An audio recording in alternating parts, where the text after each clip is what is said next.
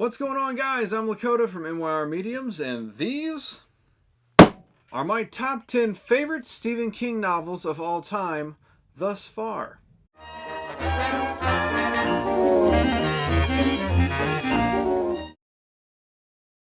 Hello and welcome to another episode. I would like to start by saying I'm sorry for yet again unceremoniously leaving YouTube for over a month. I'm sure that some of you have started to liken me to the dad that leaves to get a pack of smokes and disappears for months at a time, which puts a strain on our relationship and will inevitably lead you to develop some unhealthy coping mechanisms until you finally take that leap of faith and see a therapist. But I am back for the time being, so why don't we take all of those negative emotions, sweep them under the rug, and pretend to be a happy family until I disappear again. Because I have a special video today. I will be talking about my top 10 favorite Stephen King books while showing off what I honestly think is one of my best art pieces. It's called Head Full of Creeps. It is a Stephen King tribute piece, and if it's not the best piece of artwork that I've done, it is certainly the one that I've put the most time into. If you've been watching the channel for any length of time, you know that I am a constant reader and a huge fan of Stephen King's work, and I love to talk about his books. That being said, I have excluded the Dark Tower series, the Bill Hodges trilogy,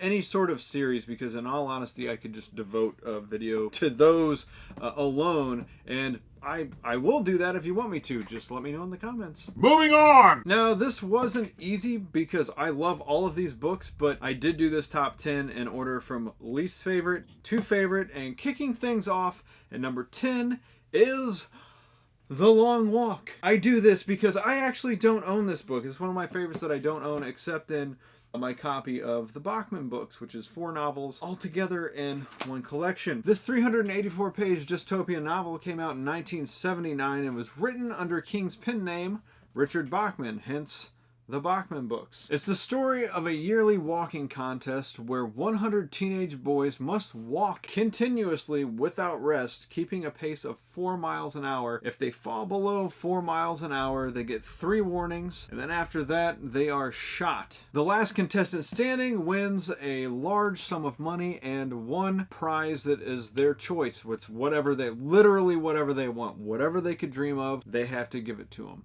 But there can only be one winner. I enjoyed this book much more than I thought I would, and it's probably my favorite of the Bachman books. It's not gory. It's definitely not as graphic as a bunch of King's other novels, but it is suspenseful. I think the thing that I liked the most about this book was that it was a believable dystopia. Like, King didn't go over the top with it. You could tell there was a big societal slip up, but it wasn't like not everything was in shambles. I highly recommend this one. If you haven't read any of the Bachman books, this is the one that I recommend you read. Fun fact about The Long Walk, although Carrie was the first book that King ever had published and released, The Long Walk was actually the first novel that he had ever written. I believe he wrote it in college, but it didn't get published till after Carrie hit the market. Knowledge is power. Who knows, it might come up in trivia night. Coming in at number 9 is the 2018 novel The Outsider. I think a lot of people are familiar with this title just because of the popular HBO series that was based off of the book. The story starts with a horrific crime scene, and I mean, it's rough. It is not for the faint of heart, and it would appear that the monster that committed this crime is a local Little League coach, except he was out of town when the crime took place,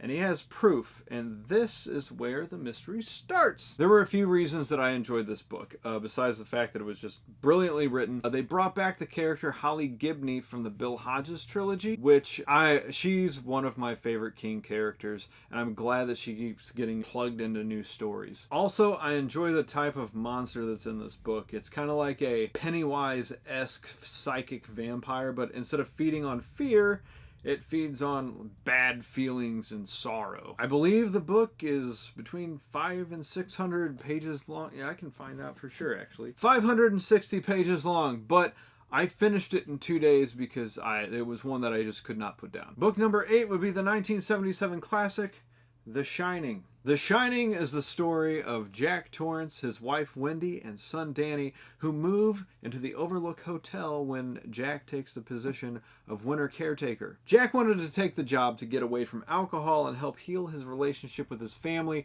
but the Overlook Hotel had other plans because, see, the Overlook itself is a monster, and it has this nasty habit of taking possession of its caretakers. This process of possession begins to happen to Jack and his son, who has a sort of second sight called the Shine, or at least that's what Dick Halloran in the book calls it. He starts to see what his dad is turning into, but not only can he see that, he also sees all of the evil entities that reside in the hotel with them. So Danny's just trying to figure out how he's going to survive the winter, being snowed into a hotel in the Rockies while his dad is slowly going insane. Tale as old as time. The book is a classic and was based off of King's own struggle with alcohol, and obviously there was a movie by Stanley Kubrick which was made loosely based off the book, but Stephen King is not a fan of it, and a lot of King fans demonize it, but I'm gonna be honest, I am a fan of both the book and the movie. I think they're both masterpieces in their own right.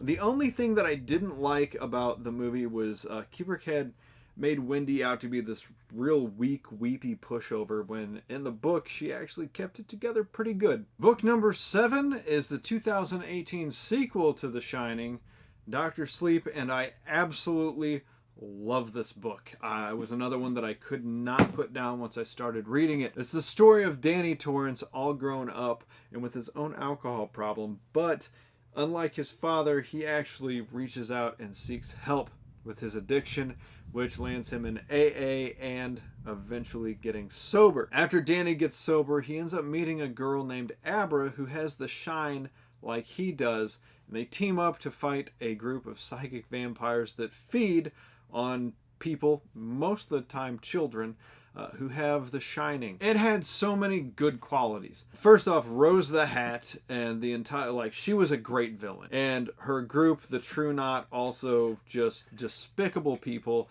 and you love seeing them get what they deserve. But watching Danny get sober and seeing him go from an alcoholic slob to somebody who is well-loved, caring, and kind is just so uplifting. There's even a really sweet, heartfelt cameo from a familiar face whenever Danny has to go back to the burnt down remains of the Overlook Hotel, and it made me cry. It's one of those books that I cried at the end. Actually, I think I cried a couple times towards the end of the book. It was just, although there's a very gruesome things that happen in this book, it's actually a really good feel-good story. Fun fact, Dr. King actually wrote Dr. Sleep to show the difference between trying to overcome addiction by yourself and overcoming addiction by reaching out and asking for help, which is why both novels have such different outcomes. Book number 6 is 2009's Under the Dome, which is the story of the small town of Chester's Mill,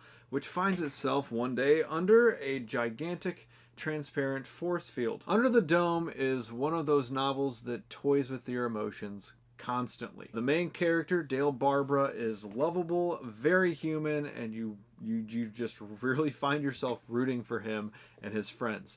The antagonist, on the other hand, is Big Jim Rennie. He's a sleazeball, a shyster, would step on anybody, power hungry. He is easily the most hateable person in the entire Stephen King universe. In my opinion, he's awful. See, Dale wants to leave Chester's Mill because Big Jim has him in his sights, but the day that Dale decides to leave is the day that the dome comes down around the town, trapping everybody inside. The story plays with the idea of how people would react if they were cut off from society completely. It also plays with how terrible you could possibly make an antagonist. Seriously, Big Jim is the worst, and the worst part about it is that he's believable. I know people that would turn into Big Jim if they were put in this situation. Anyway, the story has a large cast of good characters, and it's a unique story, and I highly recommend it, as I've said with, I think, every book thus far in this list. Moving on, book number 5 on the list is another Stephen King classic, Pet Sematary. Spoiler alert, this is not a feel-good novel. It is a tragedy from start to finish, and even King says that it's a terrible book. So terrible, in fact, that it made it into my top 10 list and is beloved by millions of people. The story revolves around Lewis Creed, who moves his family to a new town. The neighbors, Judd and Norma, are splendid, they're nice, everything's great, and then their cat Church dies, and Judd's like, "Hey, want to see a neat trick?" Judd takes Lewis on a walk through a terrifying forest so that he can bury his dead cat in a rocky Micmac burial ground. The next day, the cat comes back, but it's not nice, and more importantly, it's not dead. And Judd's like, "Heh, pretty neat, right? But we probably shouldn't have done that, and definitely don't bury people up there." Then Gage, Lewis's son, gets hit by a Mack truck, and guess where he gets buried? Again, spoilers. A lot of the time when you read a book like this, there's at least a somewhat happy ending to look forward to. Nope, not this time, because Lewis Creed's motto is, if at first you don't succeed and your cat and son come back as soulless, bloodthirsty creatures controlled by the spirit of the Wendigo, you should definitely try again with your wife, who was in fact killed by your undead child. The fourth book on the list is Needful Things. Needful Things is an outrageous story, and I love it because it's like an absurdist horror comedy. It's weird to say that because a lot of really terrible things happen in this book, but it's just an absolutely goofy story.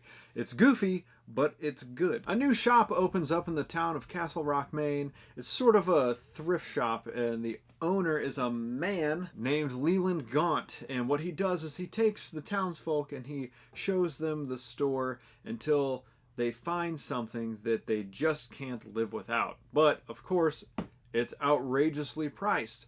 But that's okay, because Leland, he'll sell it to you for cheaper or even give it to you if you do him a favor. All he usually wants is for you to pull a prank. These pranks are really nothing to write home about. Eventually, they start to lead people to go a little crazy, to the point of murder. Really, the pranks are just mean little jokes that end up getting a violent reaction from all of the townsfolk. Really, the pranks are just little mean jokes, but they eventually snowball until the townspeople start killing each other, toting fully automatic pistols with poisonous bullets, and then they start plotting to blow the town to hell with dynamite. And the savior of the town is none other than Sheriff Alan Pangborn, who shows up in two other Stephen King stories, the book The Dark Half and the short story The Sundog. The book is wild, but it's a fun ride exploring the subjects of greed and holding grudges. Alright, we are in the home stretch now,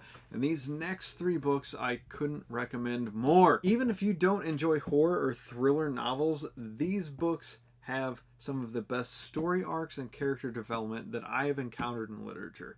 They're just good. They're classics for a reason. Book number 3 is The Stand. Any book worth reading is worth reading the unabridged version. Is the unabridged version of The Stand longer than the Bible? Maybe. Does that matter? No. Read it. I actually read The Stand for the first time fairly recently, considering that it's revered as his best work and was released in 1978. What's funny is I actually ended up finishing The Stand just a few months before the COVID-19 pandemic, which made all of 2020 that much more surreal. For those of you who don't know, The Stand starts off with a super flu pandemic that wipes out the majority of the population and ends in a war between God's chosen people and Randall Flagg, who's sort of a antichrist figure. It has a huge cast of characters, and it's one of the biggest cast of characters in a book that I've ever read, and each one of them is important to the story. This one took me a while to get through, just because it's not because it wasn't a good book, it's just 1,300 pages long. And I even read it on Audible. And I think on Audible... Well, let's check how many hours it is on Audible. The Stand on Audible is 54 hours long. I'm also a fan of the original miniseries from 1994, but to be honest, I have not watched the new miniseries, and I don't know that I will. I'm not going to pay for another streaming service to watch that, and besides that, I heard that it kind of sucked. Book number 2! This book does not get talked about as much as it should, I think, And I would actually love to see an updated movie adaptation of this one. And that book is Desperation. Desperation is about a number of people who are abducted by a sheriff's deputy named Colleen Trajan while they are traveling down a desolate Nevada highway. The twist is that Trajan is actually possessed by a psychotic evil entity named Tack. The reason that Tack has Trajan kidnapping people is because the bodies that Tack inhabits don't tend to last that long, as the people can see that the sheriff's deputy is literally coming apart at the seams. The main hero of the story is a boy named David, a boy that talks to God and God talks back. David is pretty well fearless, and he's 12, I think, 11 or 12, in that age range. He originally basically made a deal with God, and God followed through on his end, so David feels that he needs to follow through on his end. And it's just an incredible book. I'm really surprised that more people don't talk about this book. Also had me emotional at the end. King is so good with character development. It's just incredible. Like, anytime that I read a King book, I always come away feeling like I know this person. Desperation was actually tied for first place for the longest time in my top 10 list, and I'm actually getting ready to reread it again, and I'm very much looking forward to it. Which brings us to the last book. Book number 1 is Dreamcatcher. Gotcha. That's no one's favorite book and should probably be pulled from publication. My number 1 pick is the 1,138-page novel about an interdimensional carnivorous spider clown. It! Favorite fiction novel of all time and one of the only books over 1,000 pages long that I have read more than once. In case you don't know, it is the story of a group of friends that live in the fictional town of Derry, Maine, and in that town, every 27 years, people, mostly children, start to go missing. The kids figure out that it is a shape-shifting monster that is taking these kids, and they decide to do something about it. But they're kids and they suck at doing things, so they get to do it all over again 27 years later as adults. This book is definitely a horror novel, but it is also one of the most beautiful stories about friendship ever written. Ever. It just so happens to have an interdimensional cosmic horror clown spider rampaging through its pages. Seriously though, the ending of this book makes me cry every single time because how much you end up caring about each of these characters. The only thing that I don't like about the book is that every time I recommend it to somebody, I always have to be like, so there's this one scene that takes place in the sewers and it's a little bit weird and you're probably going to want to skip it. What's so crazy about this scene? Why would I skip it? And I'm always like, you'll know when you get there. You will have no doubt it will stand out like a sore thumb. Just skip through a couple pages and you'll be fine. Alright guys, so that's my top 10 favorite Stephen King books. I highly recommend that everybody read all of these. And yes, I know that probably some of your favorites didn't end up on my list, and that's okay. It's okay to have differing opinions on things. I would like to know what your favorites are down in the comment section. King has also written some straight garbage as well, but I'm going to save that for an upcoming video. 5 Stephen King books that suck! Also, if you enjoyed the artwork that you watched come to life while I was rambling on, just know that there are signed and numbered prints available. These are 11 by 14s. If you would like one, if you're interested, just send me a message on Instagram, link down below, or Facebook. Can you message people on YouTube? I don't know enough about this app to be using it, to be honest. I really need to get a website. Anyways, alright guys, that's going to do it for today's video. I hope that you enjoyed it, and if you did, please remember to like, comment, and subscribe. And yeah, let me know what your favorite Stephen King novels are down in the comment section, and let me know why my picks suck. It really doesn't matter. You could just comment the poop emoji over and over again, because I just need the algorithm to see that people are interacting with my videos. So, on that note, I love you. Have a wonderful night.